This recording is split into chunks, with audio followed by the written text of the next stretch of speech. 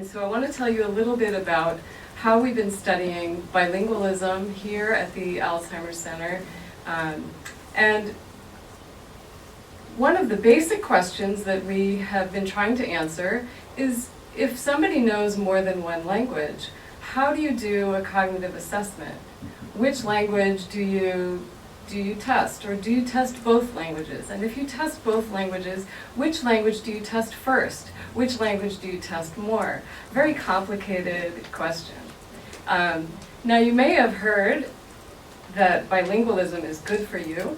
This is a New York Times article that just came out last month, and it says bilingualism may stave off dementia, study suggests. This was a very large study that was done in the UK, and the media always picks up this kind of finding, but this has been around. We've known about this for a long time. And of course, I want to point out that the most obvious advantage of being bilingual is that you can talk to more people and have a broader social network to interact with, not to mention opening up the entire world to potentially interact with.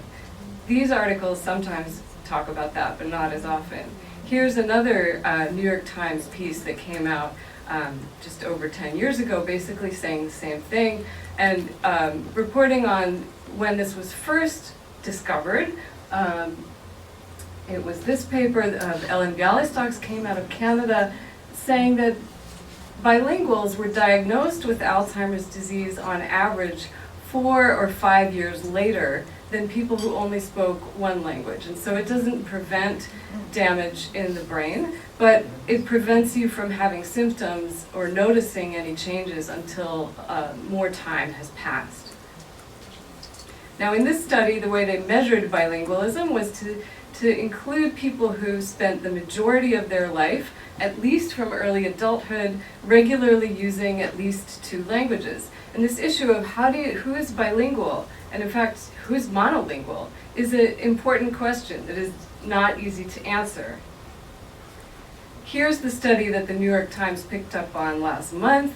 And in this study, they had people answer, they gave them 5 choices. If you speak another language, how often have you spoken that additional language? 0 would be never, so you'd be monolingual if you choose that. Once a month, twice a month, once a week, or daily. And they asked this question about 3 different time periods in people's lives, from age 13 to 30, which I think is actually a flawed time span to pick, 30 to 65, and then over 65. And you can see very quickly how this becomes super complicated. Now, how you define bilingual is, of course, very important, and there are studies out there. Here's one that studied 11,000 people and concluded no advantage for bilinguals over monolinguals. But what did they do in this study? What was their measure of bilingual? All they did is ask people, how many languages do you speak? So not nearly as specific as those first 2 studies, right? Now, the most common thing that is done, because it's very easy, is to just ask people questions. And people will be asked to rate their proficiency on a scale like this one, where 1 is, say, rate your proficiency level in your 2nd or 3rd or 4th language. Almost none, very poor, fair, functional, good, very good, or like a native speaker, or some version of a scale kind of like this. And then they use an arbitrary cutoff and say, okay, let's say anybody with a 2 or less is monolingual and everybody else is bilingual. And you can immediately see how this is problematic. One thing I wanted to make sure to tell you about today, we sometimes study aging effects where we compare people who are 65 to people who are 95. That is my preferred way to study aging. But there are also aging studies that compare young college students who are easy to attract for research studies, and they compare those to people who are 65 and older.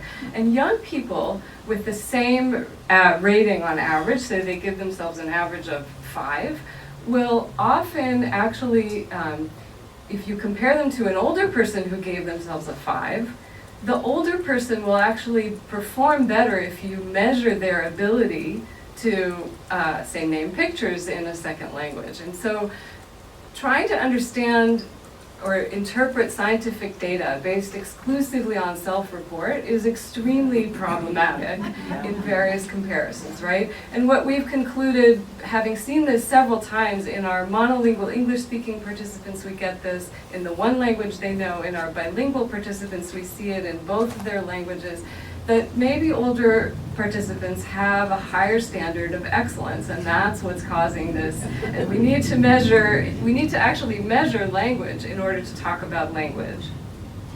And so I could imagine arguing with someone that this is where the monolingual versus bilingual, and it becomes very silly. Like, there are no perfect bilinguals, so let's talk about that for a minute. So here's our solution to this problem. We developed this picture naming test.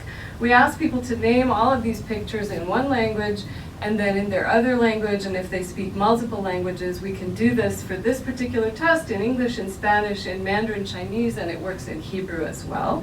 And we can get an objective measure of degree of bilingualism. And to answer the question, are you bilingual? How bilingual are you? We take, we call this a bilingual index score, the number of pictures you named in English divided by the number of pictures you named in Spanish, and that's your index of bilingualism. So if you name 30 in English and 60 in Spanish, you're about 50% bilingual. Of course, that's also silly. There's no such thing as 50% bilingual, right? This means something, right?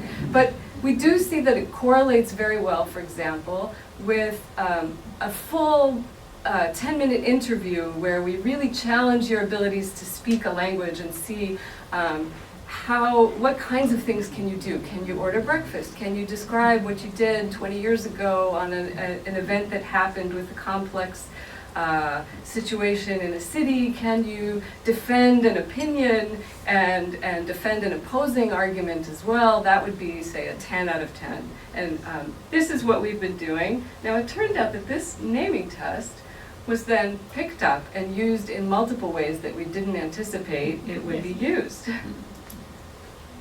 Okay, so the objective measure is more powerful. And we've abandoned the idea of perfect bilinguals and even profound monolinguals, and we have a continuum, so from 30% to 80% bilingual, relatively unbalanced, or more balanced bilingual.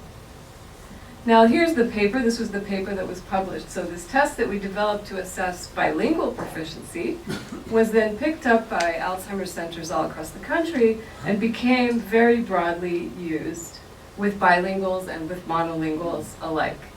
And this just shows you all the different ADRCs. Our naming test has been in use since 2015 with 16,000 active participants every year, most of them not bilingual, being assessed in English only. And right now, in our ADRC, thanks to your help, before I get there, so in order to prepare this presentation, I decided to see how is our paper being cited all over the world. And you can see it is, in fact, being cited all over the world in places I wasn't aware of, and it makes sense since we developed the test for use in multiple different languages. But I didn't know this until I prepared this talk. So as of December 2022, our paper is a highly cited paper. So this means it received enough citations to place it in the top 1% of the academic field of social sciences general.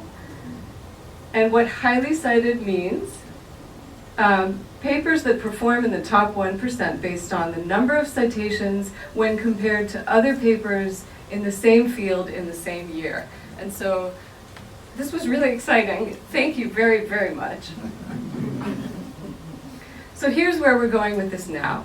So some language is good, more language is better, and measuring carefully and extensively is good. And one thing I've been arguing is if you want to have an accurate assessment of somebody's language abilities, you have to measure with more data. And people are telling me, well, I don't have time to test someone in 2 languages. And I'm saying, you're not doing an adequate assessment if you're not assessing a person who speaks both in 2 languages. You're only assessing 1 language. You're missing part of the picture.